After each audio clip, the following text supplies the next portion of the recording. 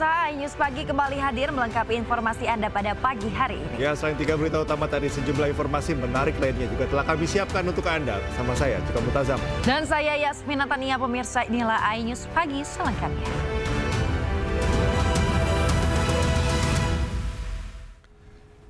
Kita awal informasi iNews Pagi, hari ini pemirsa jadikan Padepokan sebagai tempat pesta narkoba. Seorang guru spiritual ditangkap di kawasan Cakung, Jakarta Timur. Polisi mendapati barang bukti 7 paket sabu-sabu dan alat isapnya serta 1 paket tembakau sintetis.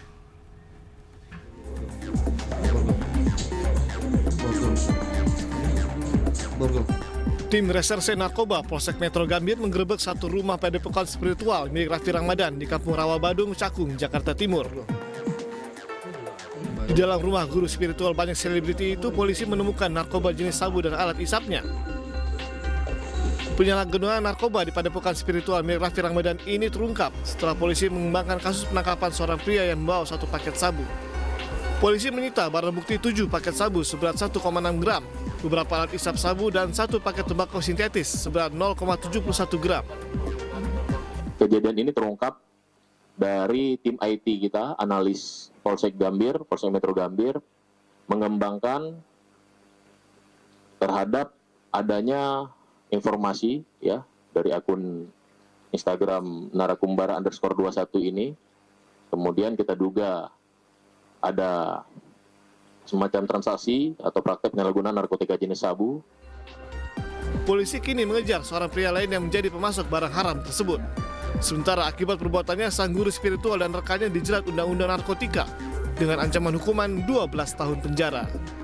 Dari Jakarta, Rani Sanjaya, iNews melaporkan. Polisi mengungkap motif pembunuhan ibu dan anak yang ditemukan di dalam tempat penampungan air di Tambora, Jakarta Barat. Pelaku diketahui kerap meminjam uang korban dan mengaku bisa menggandakan uang dan menemukan jodoh.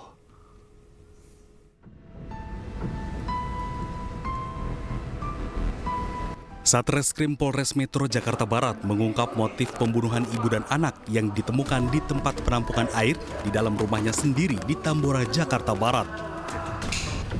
Pelaku yang merupakan tetangga korban kerap berutang kepada korban sejak 2021 hingga 2025 dengan total utang mencapai 90 juta rupiah.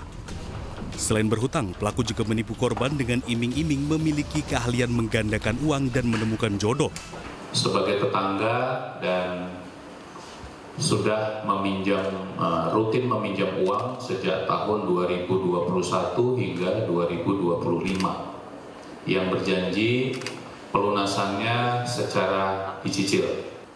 Korban juga percaya kepada tersangka, kepada pelaku, bahwa pelaku ini memiliki kemampuan yang lebih, jadi bisa memberi nasihat spiritual untuk menyembuhkan seseorang. Kemudian juga mengaku memiliki teman bernama Kris Martoyo sebagai dukun pengganda uang. Juga mengaku kenal seseorang dukun pencari jodoh.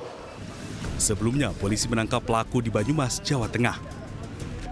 Pelaku yang mengelabui petugas dengan berpakaian gembel tertangkap di dekat Waduk Banyumas, Jawa Tengah. Diketahui pelaku seorang diri menghabisi nyawa kedua korban menggunakan benda tumpul. Dari Jakarta, Miftahul Gani, iNews melaporkan. Pemirsa, salah seorang pembuat konten makanan atau food vlogger dilaporkan ke polisi karena dugaan pemerasan toko roti. Kasus ini terjadi Desember 2024 lalu di mana terlapor melalui kontennya menuduh pelapor memberikan roti basi ke anak panti asuhan.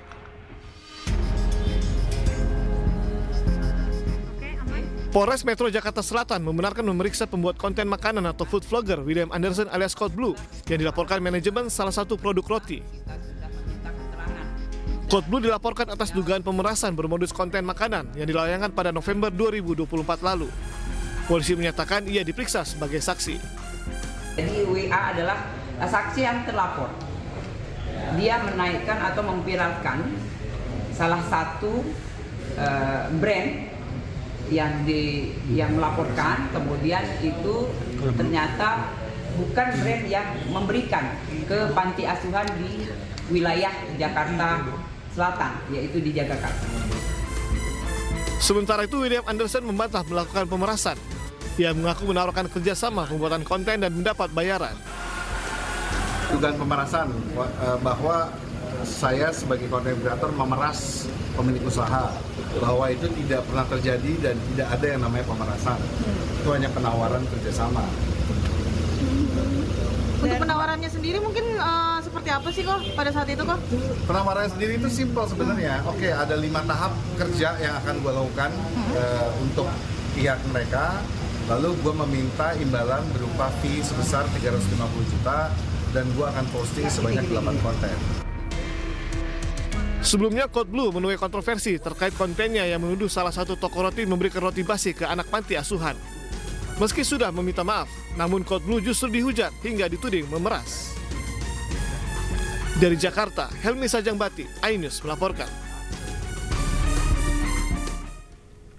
Ke informasi selanjutnya, pemirsa, Kapolres Ngada menjadi tersangka kasus kekerasan seksual. 4 orang menjadi korban, di mana 3 diantaranya masih di bawah umur. Halo dong Pak, halo Pak.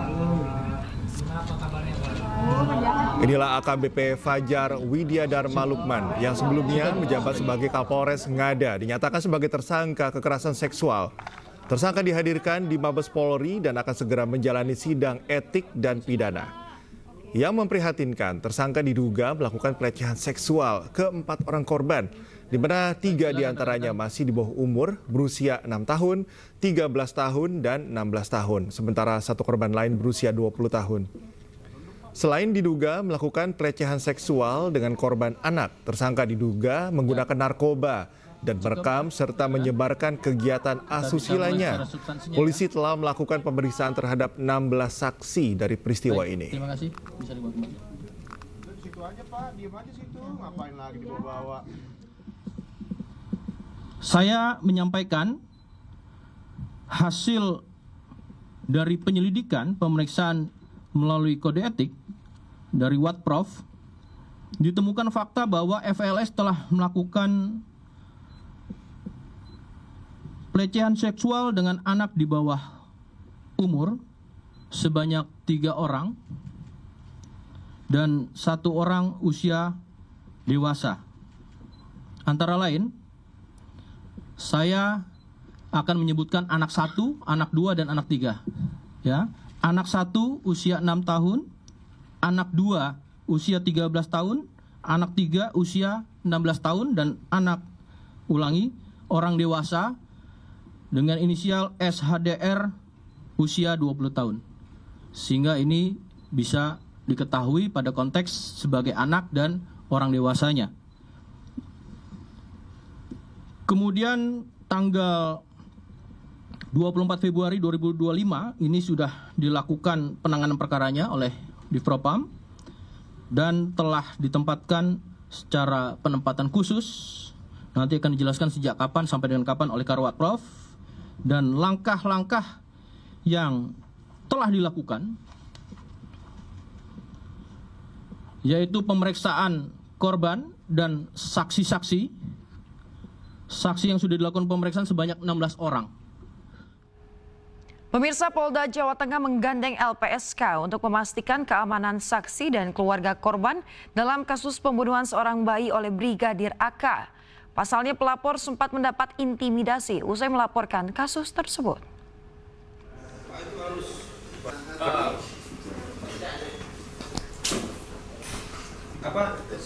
Pemirsa, hal ini disampaikan oleh Kabid Humas Polda Jawa Tengah, Kombes Pol Artanto. Polda Jawa Tengah juga berjanji akan menangani kasus penganiayaan terhadap bayi berusia 2 bulan yang dilakukan oknum polisi Brigadir AK. Dari hasil pemeriksaan sementara, pelaku diduga tega membunuh bayi tersebut karena merupakan hasil hubungan gelap dengan korban. Sementara itu, pemirsa, keterlibatan LPSK dilakukan Polda Jawa Tengah karena ada dugaan intimidasi terhadap keluarga korban usai kasus ini terungkap. Saya lagi kena sakit mata. Dari penyidik ya, Direktorat Reserse Kriminal Umum Polda Jawa Tengah hari ini bekerjasama dengan LPSK kita memberikan layanan, perlindungan, dan pengamanan bagi saksi. Gunanya untuk apa? Untuk memberikan kenyamanan bagi saksi tersebut. Karena saksi tersebut salah satu alat bukti yang dapat membuktikan benar atau tidaknya suatu peristiwa itu terjadi. Kita mengantisipasi saja, dari hal karena itu hak daripada saksi. Karena di mana yang bersangkutan adalah wanita atau perempuan, untuk menghindari adanya halangan-halangan dalam proses penyidikan. Polda Jawa Tengah memeriksa oknum polisi Brigadir AK guna mengungkap motif pelaku yang tega menganiaya bayinya hingga tewas. Sementara itu diduga mendapat intimidasi, tim kuasa hukum korban meminta bantuan LPSK untuk melindungi ibu korban.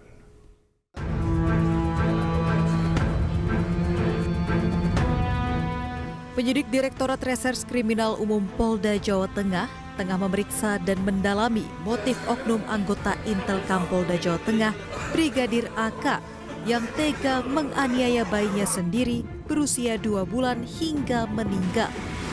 Kini oknum polisi tersebut ditempatkan di ruang khusus selama 30 hari ke depan untuk proses pemeriksaan Bitpropam. Selain proses pidana, Brigadir AK juga akan menjalani pemeriksaan kode etik. Sementara itu, polisi sudah meminta keterangan dari 3 orang saksi, yaitu pelapor atau ibu korban, pihak rumah sakit, serta terlapor.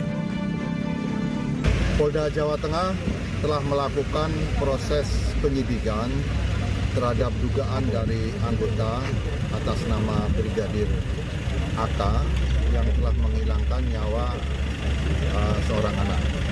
Dan kemarin proses penyidikan sudah dimulai dan yang bersangkutan juga dilakukan proses kode etiknya. Dan dari kemarin juga yang bersangkutan sudah dilakukan penahanan di penempatan khusus selama 30 hari ke depan. Sebelumnya Minggu 2 Maret 2025, korban NA dititipkan oleh pelapor DJ kepada terlapor AK di mobil saat ingin berbelanja ke Pasar Peterongan, Semarang, Jawa Tengah. Usai berbelanja, DJ kembali ke mobil dan mendapati kondisi anaknya dalam keadaan tidak wajar, sehingga dibawa ke Rumah Sakit Rumani, Semarang. Namun naas sang anak meninggal sehari kemudian. Peristiwa tersebut kemudian dilaporkan DJ ke Polda Jawa Tengah 5 Maret 2025. Diduga mendapat intimidasi usai melaporkan kasus pembunuhan anaknya, DJ mendatangi kuasa hukum untuk meminta perlindungan. Pasalnya korban tewas merupakan anak hasil hubungan gelap DJ dengan oknum anggota Intelkam Polda Jawa Tengah. Mungkin untuk mengenai intervensi maupun intimidasi, kami sampaikan di sini ada. Namun dilakukan oleh siapa, kami tidak tahu, kami tidak mau berspekulasi, dan kami tidak mau menyampaikan hal-hal yang memang belum kami tahu secara pasti. Oleh itulah kami menggandeng LPSK terkait dengan keselamatan dari dan keamanan dari klien kami. Untuk melindungi korban serta keluarganya, kuasa hukum meminta bantuan LPSK agar korban tidak mendapat intimidasi dari pihak yang dilaporkan. Dari Semarang, Jawa Tengah, Kristadi, iNews melaporkan. Sejumlah remaja di Bogor yang tergabung gangster ditangkap polisi saat konvoy. Informasi selengkapnya usai jeda, tetaplah di iNews Pagi.